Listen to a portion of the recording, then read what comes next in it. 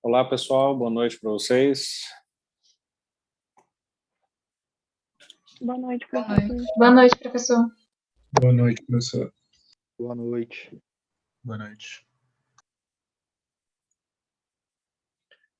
Bom, desculpem o atraso, né? Geralmente a gente espera um pouquinho mais para começar a aula, mas hoje eu ainda fiquei um pouco mais atrasado, né? Porque eu estava participando lá da colação de grau do curso, né? Então, precisei ficar um tempinho lá antes de vir, tá? Começou às 7 horas, então agora são 7h15. Vamos começar, tá? Tudo bem, pessoal? Alguma pergunta, alguma coisa antes da gente começar aqui?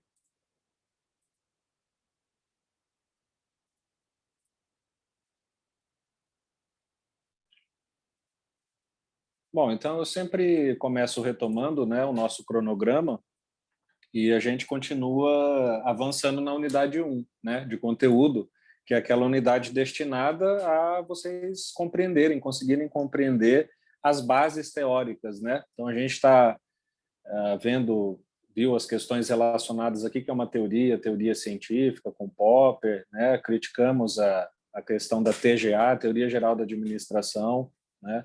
Na aula passada, a gente viu dois quadros teóricos muito importantes para a administração, que são burocracia e conceito de troca, né? Então, a gente analisou bem mais a fundo do que vocês viram anteriormente, as questões relacionadas à burocracia, por que ela é importante, quando que ela pode ser ruim, né?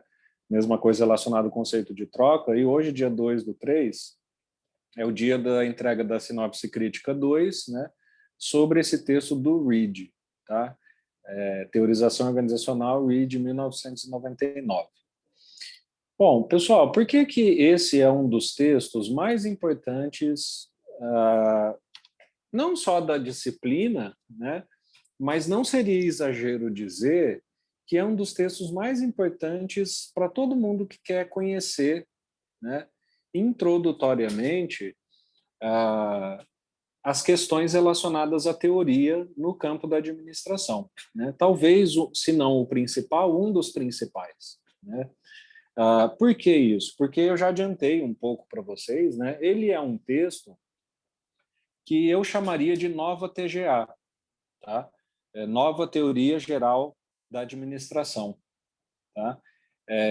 Por quê? Porque é um trabalho que o Reed, né, o Michael Reed, esse pesquisador americano, fez, que cumpre o que a TGA deveria cumprir, né? Então, a gente viu lá na aula sobre Teoria Geral da Administração, né, que a TGA não é uma teoria, né? Ela não prescreve como algo, onde, quando algo pode acontecer, e ela também não é geral, né? Porque ela abarca basicamente as teorias clássicas da administração. Então, isso colocou um limite importante sobre como entender a TGA, né? A gente viu que a gente não pode jogar fora a TGA, né? Por quê? Porque ela cumpre um papel muito importante de organizar as teorias clássicas, de introduzir as pessoas no campo da administração, mas ela propriamente, né, não é uma teoria e não é geral, e isso muda um pouco o nosso entendimento. De modo que a gente chega hoje para cumprir essa lacuna. Tá? Então, me lembro que até teve uma pergunta na aula de TGA, né? O que a gente pode fazer diante desses limites, desses problemas que tem a TGA, né? Como que a gente pode resolver?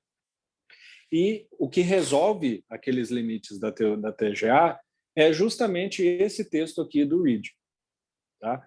Então, por isso que eu considero ele um texto fundamental para vocês. Lendo, dominando esse texto aqui, eu diria que vocês têm uma compreensão básica, tá, e completa sobre o que é teoria organizacional, sobre o que é teoria em administração, que vai permitir vocês avançarem muito nesse campo, né? Ele não resolve tudo, ele não vai dar conta de mostrar tudo para vocês e tudo mais, mas ele vai basicamente fazer o quê? Organizar a teoria, que é o que a TGA queria, né? Só que ele não chama isso aqui de teoria geral, mas ele vai basicamente organizar a teoria e ele vai principalmente atualizar as teorias, né? Porque se a gente vê, o texto é de 1999, a TGA é de 1920, né? Então, peguem aí, né, esses 80 e poucos anos que passaram entre a criação da TGA e agora o texto do Reed, o que o Reed fez? Ele pegou as teorias, os quadros, as práticas que aconteceram no campo da administração ao longo dos últimos 80 anos. Na verdade, ele faz isso ao longo dos últimos 200 anos, né, no texto. Ele recupera um debate que vem lá do século XVIII e tudo mais. Mas o que eu quero dizer é que ele teve uma oportunidade de, pelo menos nos últimos 80 anos, poder atualizar o que a gente poderia chamar de nova TGA. Tá? Então, por isso esse texto é muito importante, né? A primeira coisa que eu queria destacar aqui para vocês é o título do próprio texto, né? O título é Teorização Organizacional, : um campo historicamente contestado. Então, a primeira coisa que vocês veem, pessoal, é só através do título vocês começam a perceber como faz sentido tudo que a gente está estudando aqui na disciplina, né? Por quê? Porque a questão de teoria organizacional é historicamente contestado no campo da administração. Desde sempre. Esse discurso que eu tenho aqui com vocês, esses textos, essas análises que a gente faz, não sou eu que estou inventando, né? A única coisa é, como eu sempre falei para vocês, o problema é que pouca gente conhece, né? Então a novidade talvez esteja aí, né? Que pouca gente conhece e estuda o campo teórico na administração de modo mais fundo, mais crítico, tentando entender como que ele se relaciona com a prática, tentando entender os limites dele, né? Mas essa questão das críticas que a gente apresenta aqui, ela é histórica, ela é desde sempre, né? Tem gente, por exemplo, que fala que não tem teoria administrativa, né? Que a administração é só um campo aplicado. Todas as outras teorias que nós utilizamos são de outros campos, né? Então a gente pega lá a teoria dos jogos na economia, a gente pega a teoria da motivação na psicologia, né? A gente pega os modelos euclidianos na estatística e, né, e nesse caso, na estatística, né, os modelos euclidianos a gente aplica em finanças. Teoria da motivação a gente aplica no que a gente chama de gestão de pessoas, né? E assim por diante. Então, tem muita gente que fala que, na verdade, a gente nem tem teoria, né? Eles não estão totalmente errados, tá?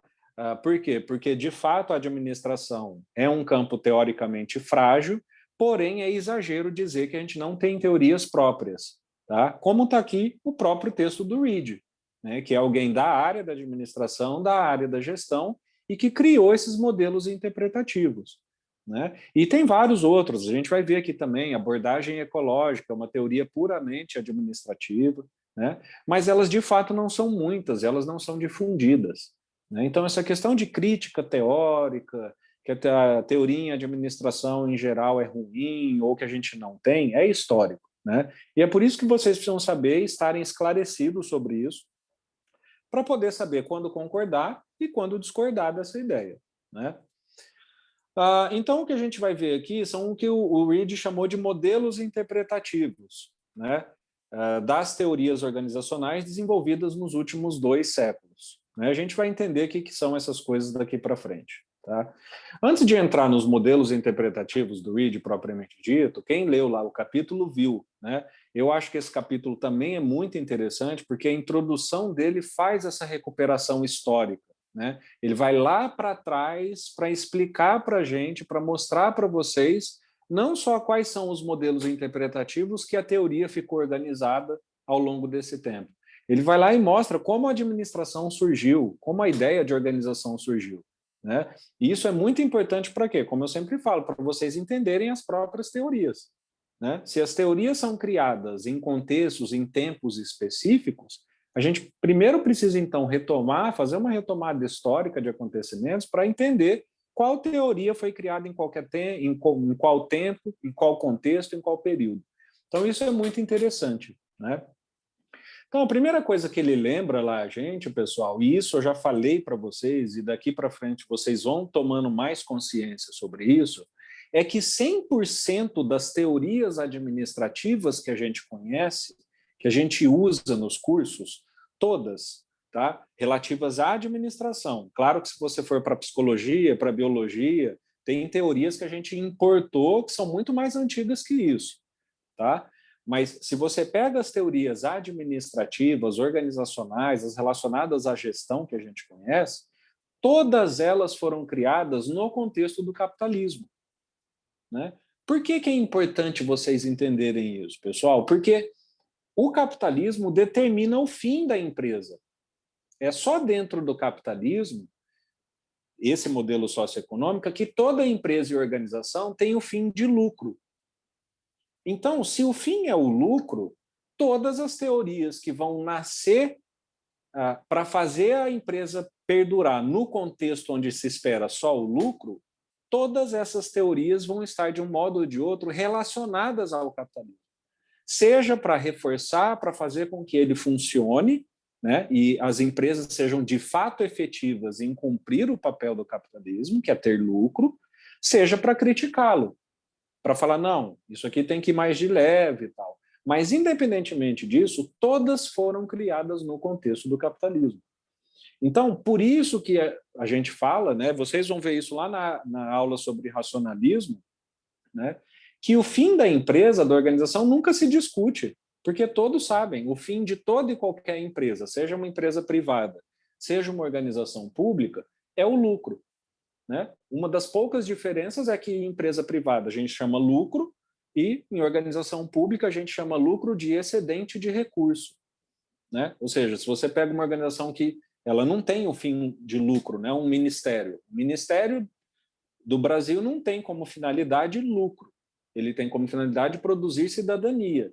Do ponto de vista financeiro, o que se chamaria de lucro, né? Então, a gente tem um orçamento de X e a gente não executou o orçamento inteiro, isso a gente voltou em forma de desenvolvimento, de aplicação. Né? Isso no setor público se chama excedente de recurso. A gente não usa a mesma ideia de lucro. Mas lembre-se, o Estado também é capitalista. Né? Então, o Estado também tem um modelo capitalista. Então, tudo que a gente vê na administração, na gestão, as teorias e as práticas, pessoal, sempre vão ser voltadas ou para cumprir e fazer com que as organizações sejam muito efetivas dentro do contexto, ou para criticar esse contexto. Né?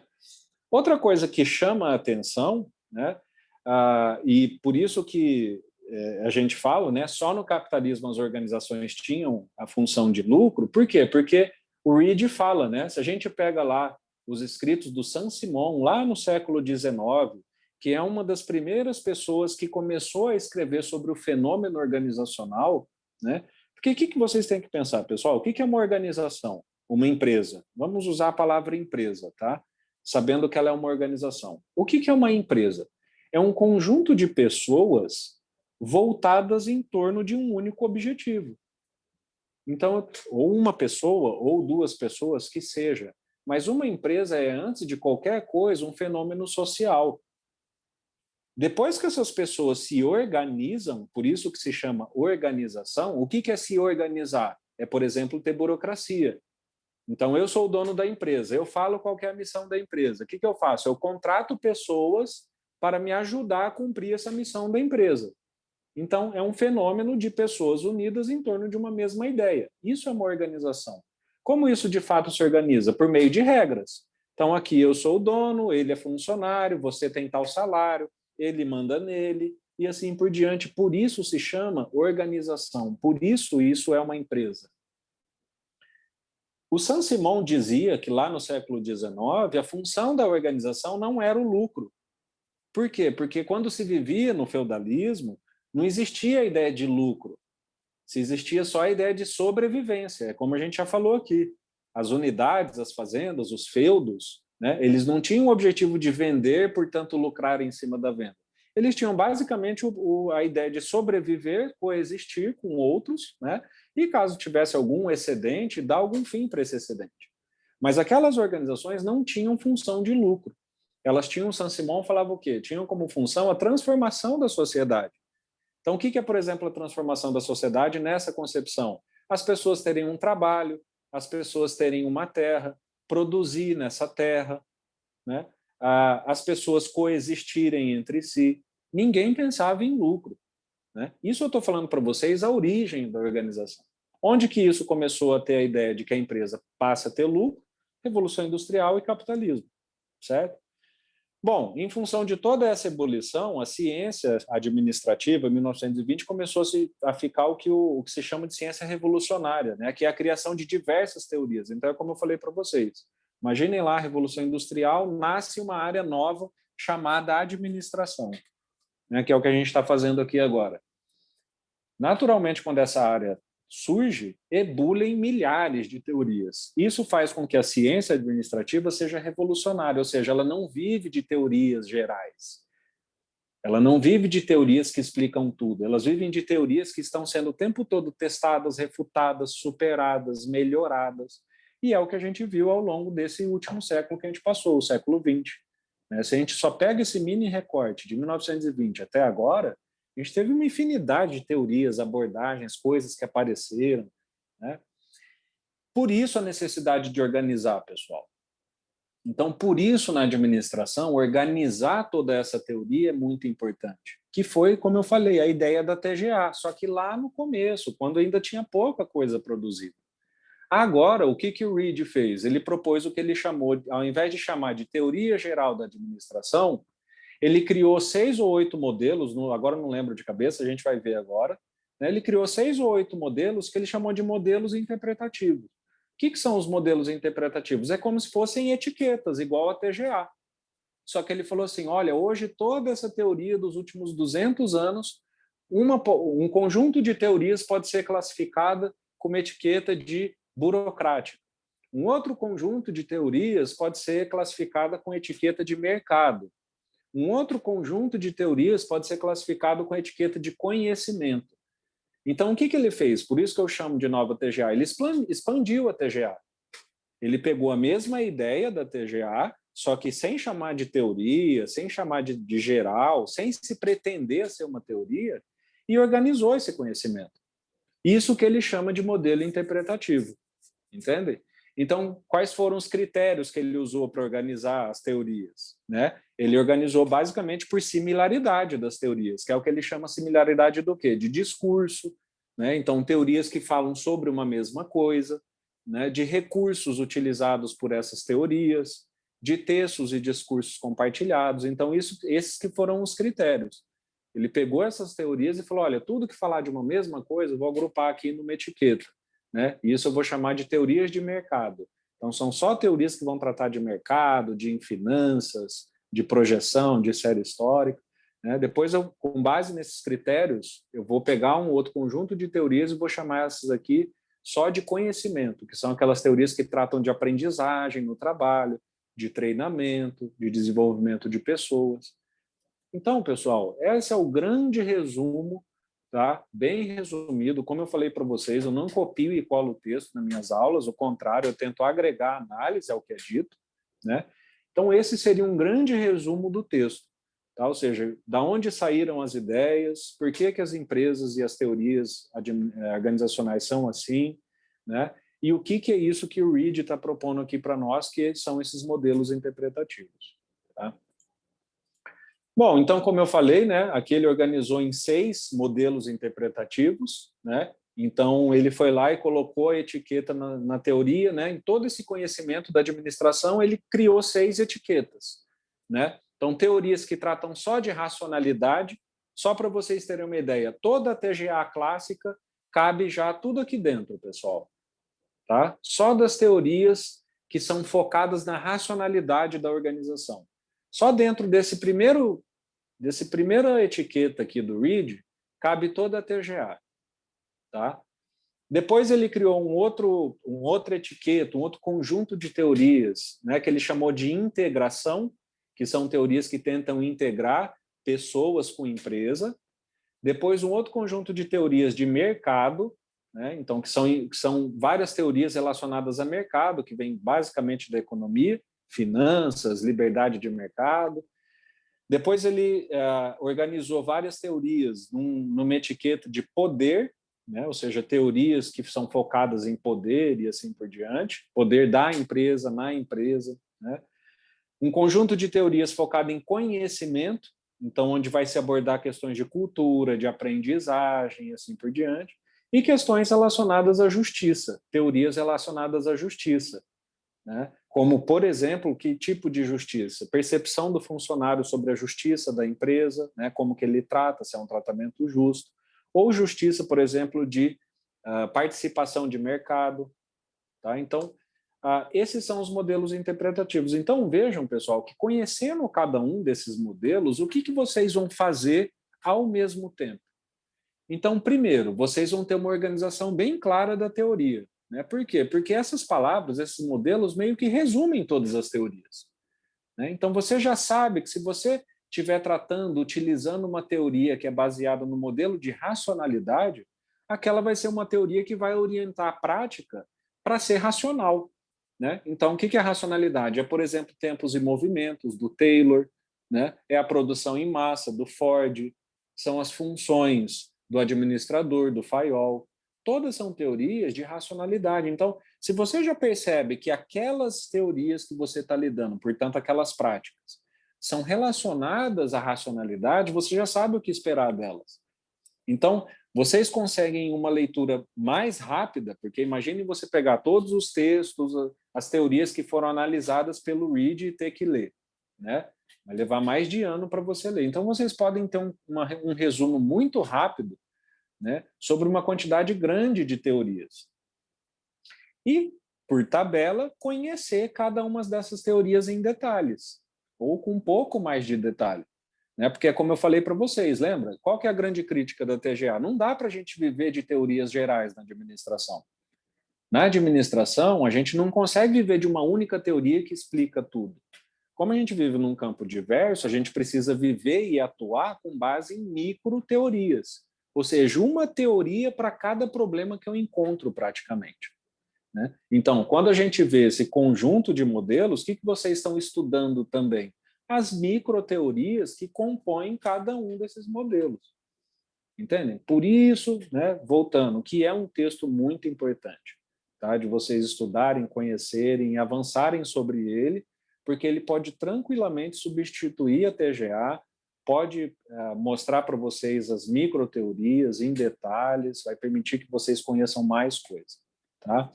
Vamos olhar bem rapidamente cada um dos modelos, então.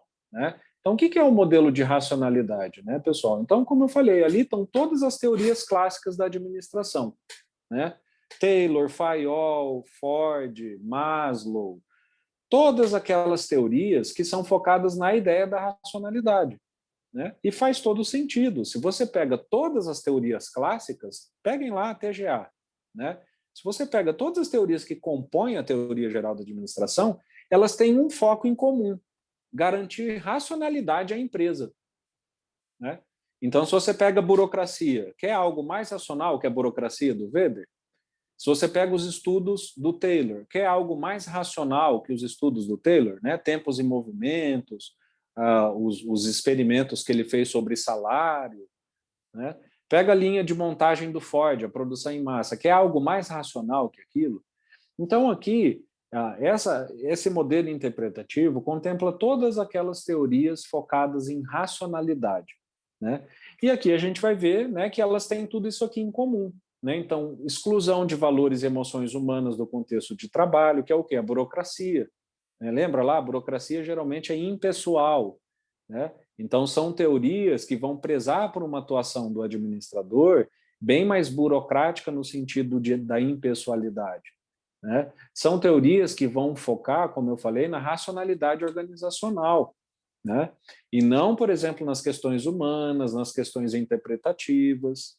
Né? Então, são teorias o quê, pessoal? Nossa, então significa que elas são clássicas e são teorias muito ruins? Não.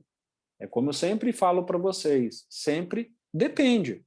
Por quê? Porque se eu administro, sou dono de um negócio cujo core business é extremamente racional, eu preciso me utilizar de abordagens e práticas e teorias racionais. Então, como a gente já falou aqui, peguem as empresas de segurança, né? Peguem as empresas de manutenção de turbina de avião, né? Peguem o exército, peguem todas essas organizações. Se elas não tiverem teorias e práticas racionais, elas não sobrevivem, entende? Então, lembra, eu sempre faço esse parênteses, né? Porque sempre quando a gente lembra de algo antigo, clássico na administração, a primeira coisa que a gente pode, então isso aí é tudo ruim e tal. Não, não descarte, depende. Pelo contrário, estude e saiba que isso existe. Por quê? Porque caso você precise administrar uma empresa que precise ser extremamente racional, você está munido daquele conhecimento. Tá? Então, aqui são as teorias racionais e, como eu falei, só a TGA cabe tudo aqui dentro. né? Se não tudo, 98% da TGA cabe só dentro desse modelo interpretativo do READ. Só para vocês verem como ela estava atrasada também, né?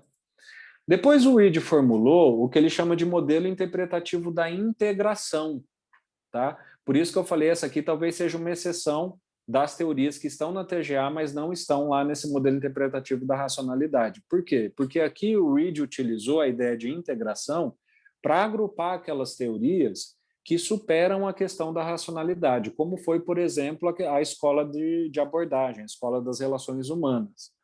Tá? Então, no modelo do READ, a escola das relações humanas não está lá em racionalidade, ela está aqui em integração. Então, essa, por exemplo, é uma diferença da TGA para cá. Se você pega a TGA, a Escola das Relações Humanas, está em TGA, né? Ela faz parte do rol de teorias gerais da administração. O READ não, ele, como a Escola das Relações Humanas, ela nasceu muito em função da crítica a essa racionalidade, né?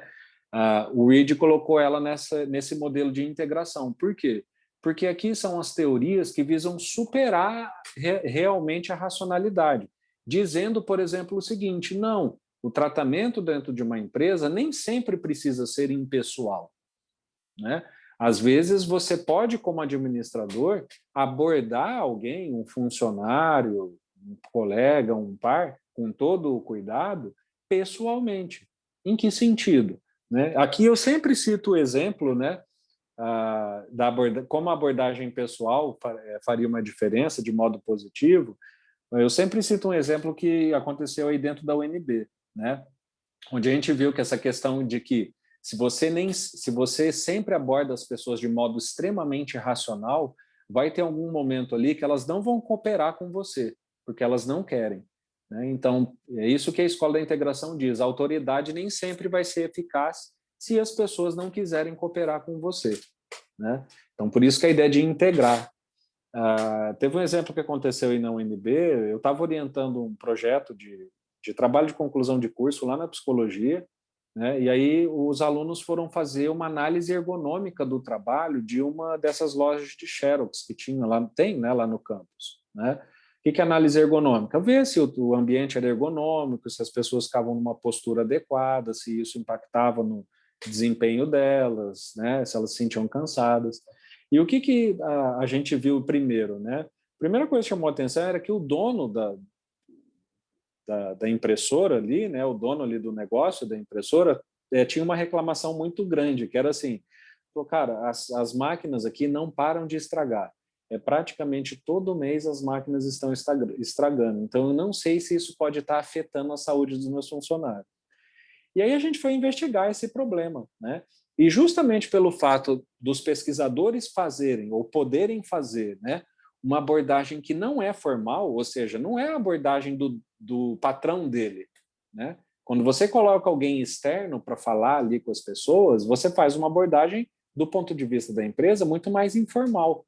Claro que você toma cuidados de pesquisa, mas a pessoa não está mais conversando com o chefe, né? Então, você já não tem aquela burocracia e impessoalidade do trabalho. E aí a gente foi descobrir, os alunos foram fazer entrevistas com os funcionários dessa impressora, e a gente descobriu que eram eles próprios que estavam estragando as máquinas de Xerox da impressora. Por que eles estavam fazendo isso? Porque simplesmente eles já estavam adoecendo de tanto trabalhar, né? Então, como o chefe tinha uma abordagem extremamente racional, focada em produzir, então, né, quem não se lembra aí, quando era presencial o NB, a gente vai voltar se Deus quiser, né? Chega a época de impressão de monografia, de trabalho de defesa de curso, de vários cursos ao mesmo tempo, um monte de gente imprimindo, chega fim de semestre, aquilo lá fica lotado, né?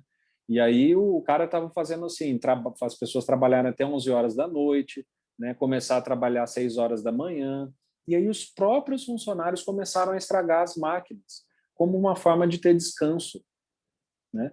Então, o que isso mostra para a gente? Que são essas teorias que falam de integração, né, fazem sentido nesse aspecto, né? Qual aspecto? Você nem sempre precisa ser 100% autoritário, hierárquico, né, com as pessoas, porque isso também vai ter um limite, né?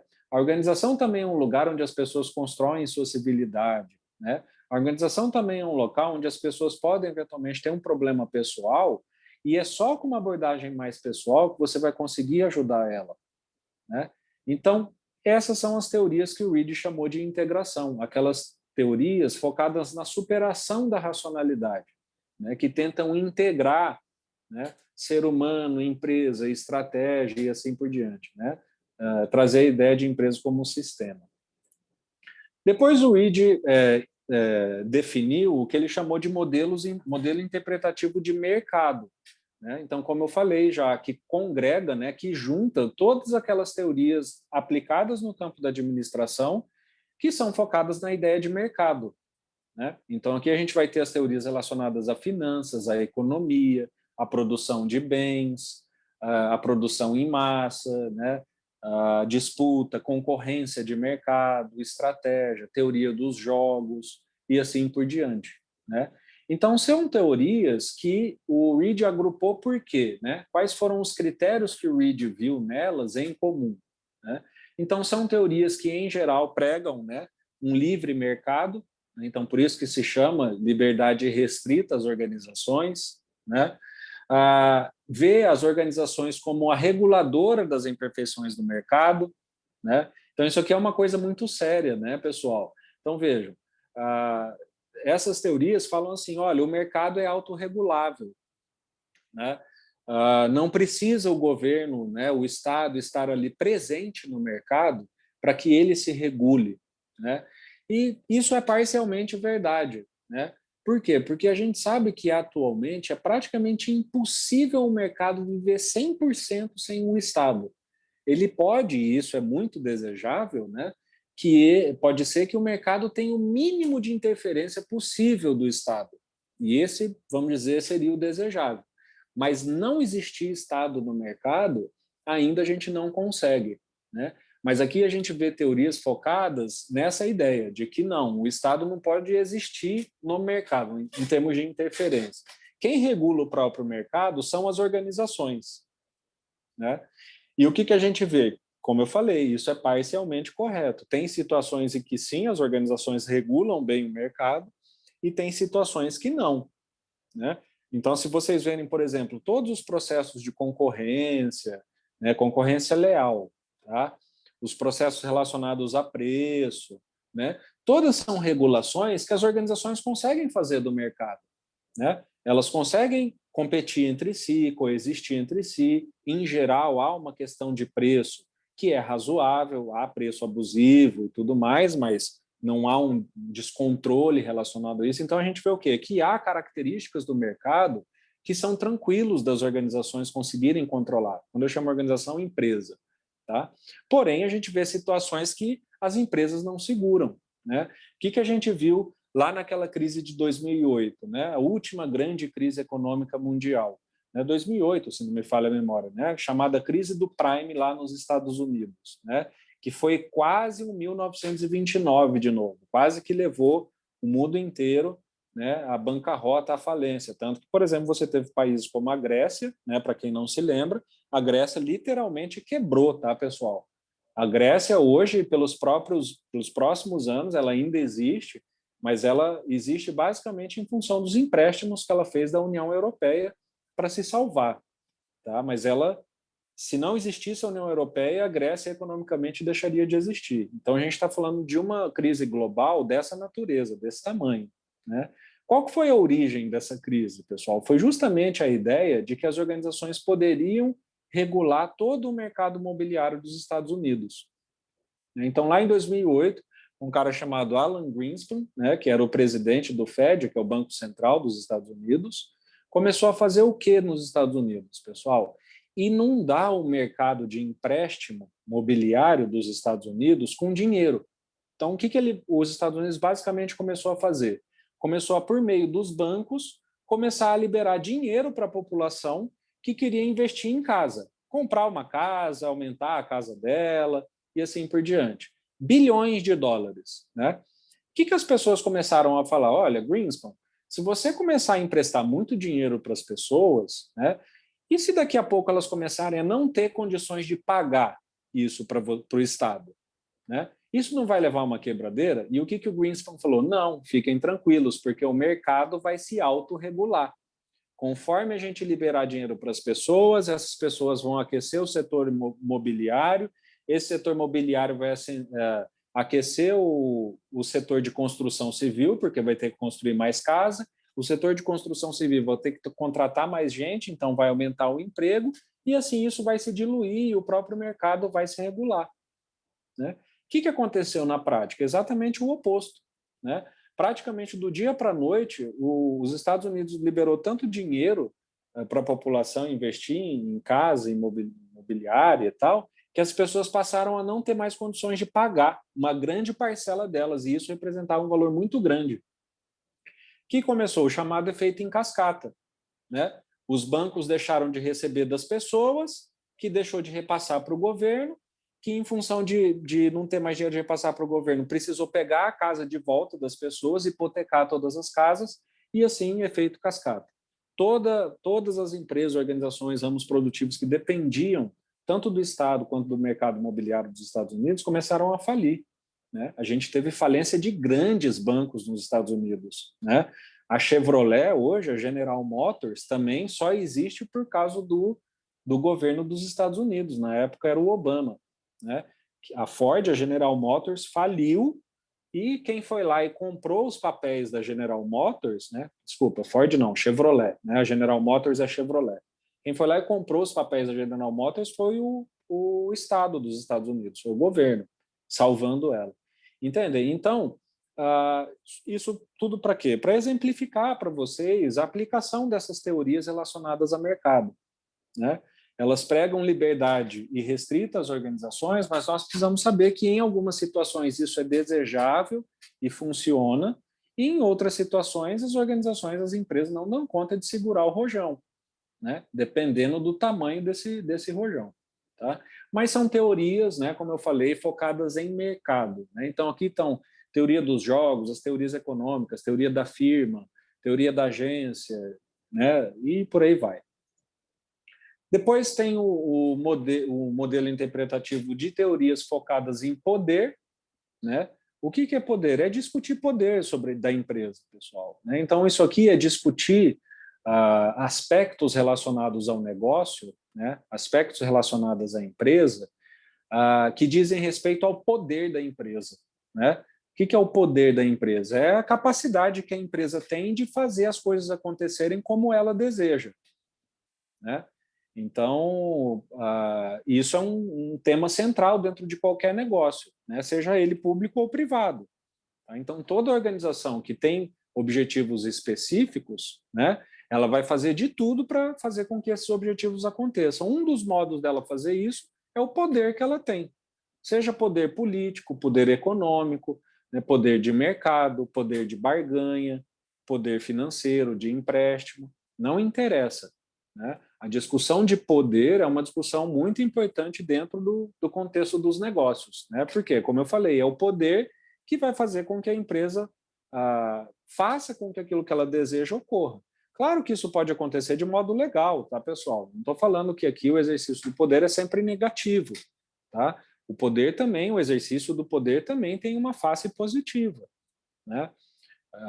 Então, quais os tipos de exercício do poder que o Reed fala, né, que as organizações podem ter e como que ele organizou as teorias dentro, né, desse modelo interpretativo do poder? Primeiro, as teorias que falam de poderes episódicos. Né? Então, o que é exercício do poder episódico? Né? O poder episódico é quando existe uma situação de concorrência, né? Então a nossa empresa concorre com alguma outra. Né?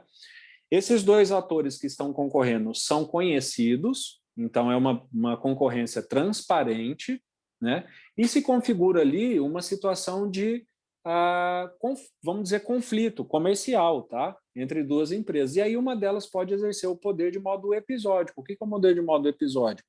Aquele poder pontual, aquele exercício de poder pontual da empresa. Né? Então, peguem aí o exemplo, né, de grandes empresas aí de tecnologia. Né?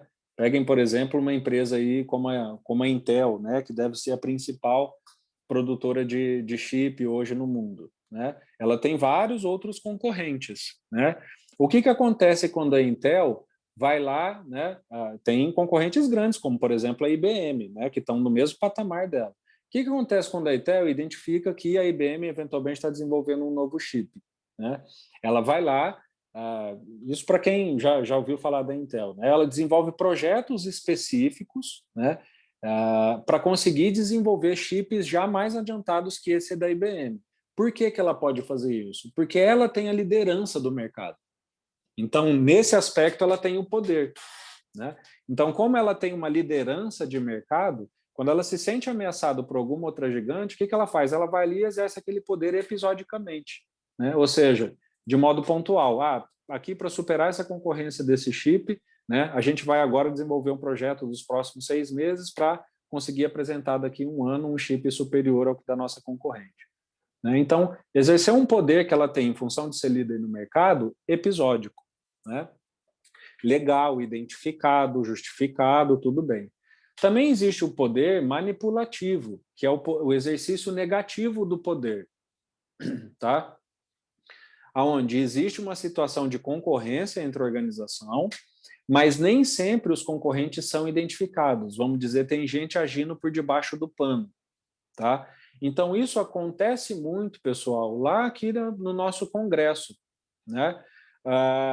Não estou falando de corrupção, não, tá? Aqui acontece muito, necessariamente de corrupção, tá? Pode até ser, mas não estou falando que é. Aqui no nosso Congresso acontece muito o que se chama lobby, né? Vocês já ouviram falar na palavra lobby, né? Nos Estados Unidos, essa prática é legal, tá? É legalizada. No Brasil, ela é proibida. Mas o que é o lobby? Sempre que surge uma nova lei para um determinado mercado no Brasil, né? Então a gente pega aí os últimos exemplos, o mercado de proteína, né? De exportação de proteína, de carne e tudo mais, né? Em função da China estar exigindo, o Brasil precisou fazer uma lei, né, que exige aqui que os frigoríficos abatam gado assim, assado e assim por diante, né? Quando as pessoas ficaram sabendo que o Congresso estava discutindo esse tipo de lei, o que os frigoríficos fizeram? Iam lá e faziam um lobby junto com os deputados e senadores, né? Ou fazendo favores, ou pagando a campanha do sujeito, por exemplo, pagando a campanha legalmente, né? Vai ter eleição aí, ó, então, beleza, eu posso fazer aqui uma lei que é uma lei legal, né? E que vai ser uma lei que eventualmente vai beneficiar essa cadeia de frigorífico. Em troca disso, você coloca dinheiro na minha campanha, tá? Então, esse é um tipo de poder que a gente pode chamar de manipulativo, entende, pessoal? Por quê? Porque a empresa, no caso ali os frigoríficos, estão atuando fora do mercado de frigorífico, né? Ele não está fazendo uma competição direta com o outro frigorífico, né? Ele não está fazendo uma competição dentro da arena do mercado. Ele está fazendo uma competição fora da arena do mercado, então junto ao setor público, né? E sem a presença da concorrência dele. Entende? Então, isso é um poder chamado manipulativo. Tá? E tem também as teorias que falam do exercício da organização de modo hegemônico. O que é modo hegemônico? Né? Aqui também é uma disputa normal, tranquila, legal entre duas empresas, mas há claramente uma diferença muito grande de tamanho entre elas. Né? Então, nesse caso aqui, sempre a empresa que é maior vai exercer o seu poder hegemônico. Né? O que o Facebook fez quando o Instagram, o Instagram também, né?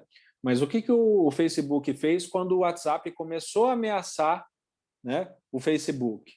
Foi lá e comprou o Instagram, né? Então não tem disputa, não teve disputa de mercado. Ele se sentiu ameaçado, ele é muito maior que aquele concorrente que está aparecendo ali na frente, e o que ele faz? Exerce o poder financeiro hegemônico. Vai lá e compra, para não ter que concorrer com aquela empresa.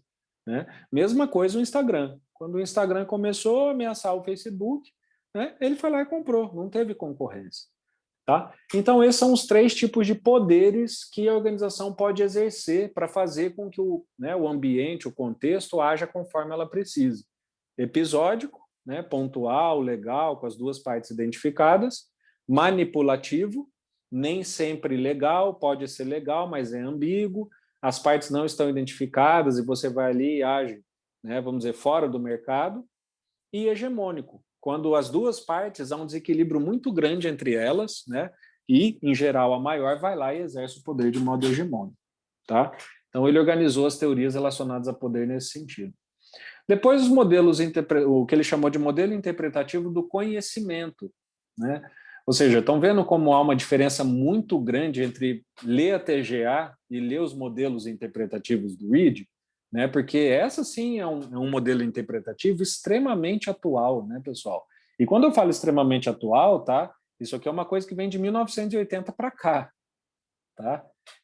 Não é coisa de 2000, não. É a partir de 1980, 1990, que a gente vê o surgimento de teorias, de práticas relacionadas à valorização do conhecimento. Né? Então, é quando começa a sair, né, a deslocar a percepção do negócio só para um negócio que só tem que dar lucro, né, e ver o lucro, o capital, como um único objeto de valor, e a gente começa a ver teorias e práticas dentro da organização que começam a migrar esse olhar do administrador para o conhecimento. Né? Então, é aquele cara que já entendeu que, olha, se eu primeiro acumular muito conhecimento, naturalmente o meu lucro vai vir. Né? Óbvio, nas organizações onde esse modelo e essas teorias se aplicam. Né? Então, peguem, por exemplo, pessoal, qual é o grande valor do Google hoje? Né? Vamos pegar o Google, mas a gente sabe que embaixo ali tem Facebook, tem tudo. Né? Mas por que o Google hoje é, se não há mais, uma das empresas mais poderosas do planeta Terra? Não é só pelo valor de mercado dele, não é só pelo tamanho de funcionários que ele tem, né? Não é só por isso, mas é principalmente porque ele é a empresa privada, e muito possivelmente ele tem até isso, muito mais que muitos governos, mas ele é a empresa privada que detém mais conhecimento em todo o planeta. Quando eu falo conhecimento, o que eu estou chamando de conhecimento? Informação. Né? Você tem lá bibliotecas, informação das pessoas, informações de governo, informações de negócios, informações estratégicas, informações secretas, informações classificadas. Você tem informações de países inteiros, de populações inteiras. Imaginem, pessoal, o que a gente poderia fazer com um banco de dados como o do Google, né? O que a gente poderia fazer? O que a gente poderia descobrir a partir das coisas que são digitadas no Google, a partir das coisas que vão no banco, que estão armazenadas no banco do Google e assim por diante? Então, eu estou falando isso só para ilustrar, né, como esse é um quadro teórico muito atual, né, e como há empresas que atuam exclusivamente nesse modelo de negócio, que é o modelo de negócio do conhecimento. Né? Se vocês pegam também todas as empresas basicamente relacionadas, isso é um mercado que hoje existe quase que só nos Estados Unidos, tem na Europa, tem no Japão também, tem na Rússia, mas peguem aí, né, o mercado de lançamento de foguetes, né, que começou a surgir aí nos últimos 10, 15 anos lá nos Estados Unidos. Né? Se você pega o mercado de lançamentos de foguetes, e muita gente acha que só tem SpaceX, né?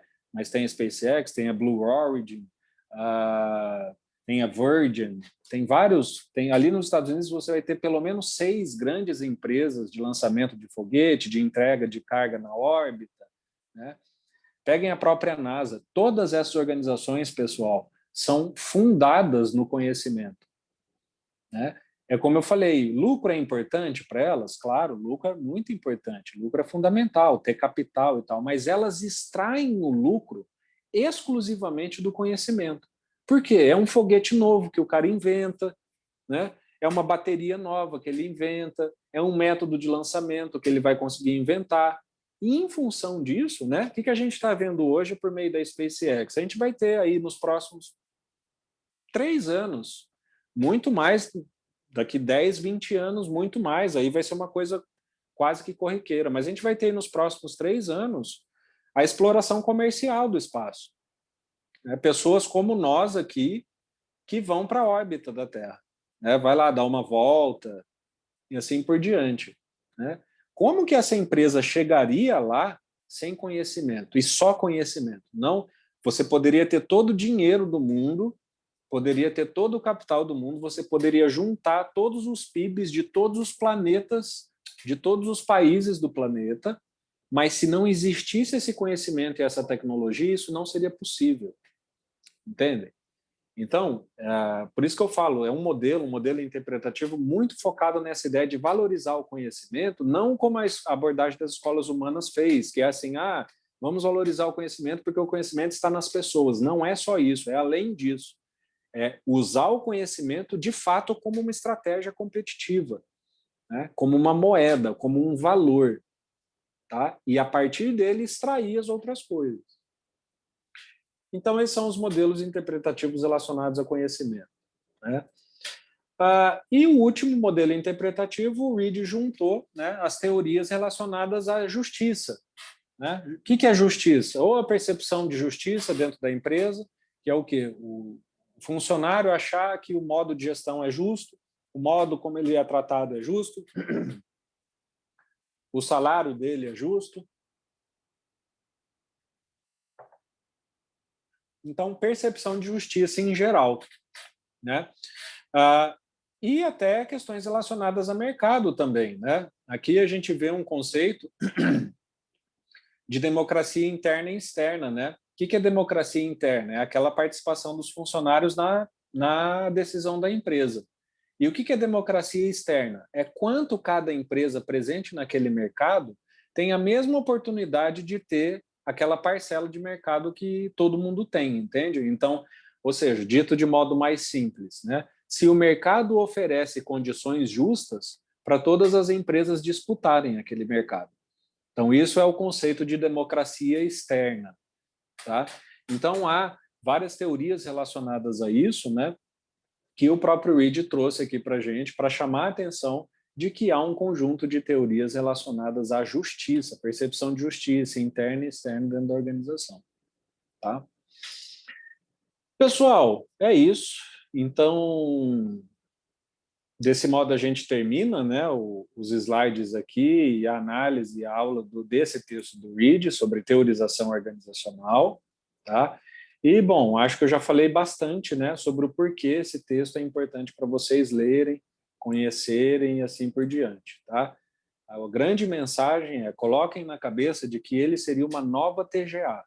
Tá? Ele é o resumo mais atual que nós, administradores, temos, né, dos últimos 200 anos de teoria da administração. Então, se você quer conhecer teoria, quer ter um resumo de teoria, quer ver como que a teoria se organizou, como que a teoria evoluiu ao longo desses últimos anos, leia esse texto. Tá? Ele é um texto fundamental do ponto de vista teórico para vocês.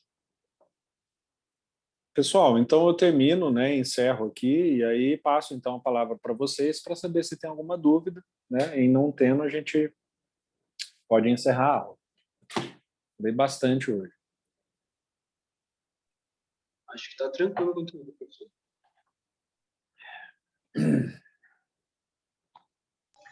Alguma questão, pessoal? Até sobre a sinopse. Pode falar, alguém ia falar aí? O Roberto achou desnecessariamente longo e complicado, né? É como eu falei, né, Roberto? Ele é bastante complexo porque se pretende a fazer um resumo, né? Então ele tem bastante conteúdo mesmo. Então, se olhar lá o objetivo, né, resumir 200 anos de teoria, né? Então ele de fato tem bastante conteúdo, tá? Mas é como eu falei, um texto fundamental para vocês, tá? Leia, vale a pena ler, se necessário mais de uma vez, né, para conseguir compreender, porque realmente, às vezes alguns textos, né, eles são mais longos, além daquilo que a gente está acostumado a ler, né, em função disso complexifica, tá? Mas para cumprir o que ele se propôs, realmente seria importante ter esse texto mais longo, porque é realmente bastante conteúdo, tá? E aí é isso que você falou. Eu espero que aí, junto com a aula, tenha ficado mais fácil de digerir, tá? A Jéssica queria falar aqui, está com a mão levantada. Pode falar, Jéssica. Professor, no final do texto fala um pouco sobre a tecnologia. Eu não sei se você comentou alguma coisa na aula. Eu queria entender um pouco melhor essa parte que fala lá no texto. Aham, você pode falar qual parte específica sobre a tecnologia? É bem lá no final. É porque, assim, é um texto razoavelmente atual, mas não tão, assim, atual, né? Considerando que a gente está em Uhum, 2021. E aí sim. fala lá da tecnologia como uma forma de debater, de continuamente continuar debatendo esses... Ai, meu Deus, tá difícil formular a pergunta. Não, eu peço só para você formular para que eu consiga entender especificamente o que você precisa, entendeu? Porque lá ao Porque, final ele por faz um exemplo, apanhado sobre tecnologia, né? isso, é porque, por exemplo, o texto ele era muito complexo. É, Uhum, então, assim, para eu entender ele perfeitamente agora foi só com a sua aula, porque ainda algumas coisas ainda estavam meio vagas assim na minha cabeça. E aí essa sim. parte da tecnologia continua um pouco vaga assim na minha cabeça, quando ele cita lá. Mas não é uma coisa específica disso, é só tipo como ela se atrela ao restante do texto, entendeu? Entendi. Não, tudo bem. Eu vou fazer um comentário então que pode te ajudar, né, a digerir isso aí. Bom, antes de responder especificamente, esse geralmente é um comentário que eu sempre recebo, tá? Em geral, não é a maioria das pessoas que comentam, né? Mas, em geral, é um comentário feito sobre esse texto. É longo, é complexo, e é como eu falei, pessoal, tudo vai ter um custo para vocês e, em geral, tem um retorno que está à altura, tá? Então, se de um lado é um texto maior, mais complexo, tudo mais, se vocês se esforçarem para ler e entender e compreender ele, usarem do esforço e da capacidade que todos vocês têm, vocês também vão ter uma recompensa à altura. Tá? Então, vocês vão ter acesso a um conteúdo que é melhor, que é mais desenvolvido em relação à TGA, enfim. Tá? É um texto de 99, né, Jéssica? Então, se você vê o que estava acontecendo em 99, né, por exemplo, a gente tinha a internet ali começando a velocidade de cruzeiro, né? Estava muito mais ou muito menos desenvolvida do que a gente tem hoje, né? Por exemplo, a gente não tinha WhatsApp na época, né? Em 99 não existia Instagram, e tal. Então, em geral, o que ele sinaliza ali é olhando para o futuro, tá? Como que esses modelos interpretativos vão se relacionar à tecnologia e, principalmente, como a tecnologia pode fazer nascer novos modelos interpretativos, entende? Então, por exemplo, o que seria talvez fundamental conhecendo essa teoria que a gente vê, né? Daqui a pouco tem um modelo interpretativo só relacionado à tecnologia, né? Então, por exemplo, mostrando novos modelos de negócio que surgiram a partir das redes sociais, né? Então, hoje, por exemplo, algo que seria inimaginável em 1999, tem empresa que só existe em rede social, né?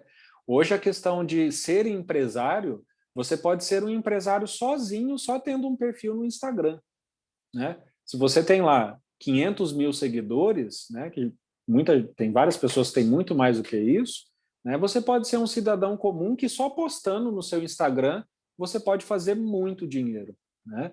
Então, aí, como eu falei, é um comentário genérico e não específico em relação ao que ele fala. Então, o que esse fechamento, né, relacionado à tecnologia? O que ele está chamando a atenção ali é como os modelos de negócio podem agregar novas tecnologias. Em função disso, a gente ter novas práticas, novas teorias e novos modelos interpretativos. Tá? Então, globalmente, genericamente, é isso que a gente poderia, uma das ideias que a gente podia depender ali do fechamento dele. Entendi. Eu tava até pensando que antes da sua aula, né, que era um dos modelos também, mas enfim. Uhum. Não, ele não chegou a fazer o modelo, porque é o que eu falei, né? Em 99 a gente ainda não Não, tinha sim. ainda um modelo tão sustentável que pudesse se apoiar tanto em tecnologia, né? Se você pega 99. Então ele quis chamar uma ideia, uma atenção para o futuro de como essas tecnologias poderiam impactar os modelos. Entendi. Obrigada, professor. Tá bom? Pessoal, mais alguma consideração, alguma dúvida sobre o texto? Em geral, esse é o texto que realmente a aula ajuda, né? Justamente em função disso, ser mais complexo e assim por diante, né? Mas é isso, pessoal, é como eu falo, tá? Nada vem de graça. Vocês têm que dar uma contribuição, fazer a leitura e eu aqui dou a minha contribuição ajudando vocês, tá? E o aprendizado é assim mesmo, tá? É assim que a banda toca, tá? E é assim que vocês aprendem coisas que vão lembrar daqui a um tempo, que vão realmente se enfim, se envolver, tá? Tem que ter essa parcela de esforço aí também, sempre com a ajuda do professor para facilitar o caminho de vocês o máximo possível. Pessoal, então, boa noite a todos, tá? A gente se vê, então, na quinta-feira, na próxima aula, tá bom? Tchau, tchau. Boa Tchau, noite. tchau, professor. Boa noite.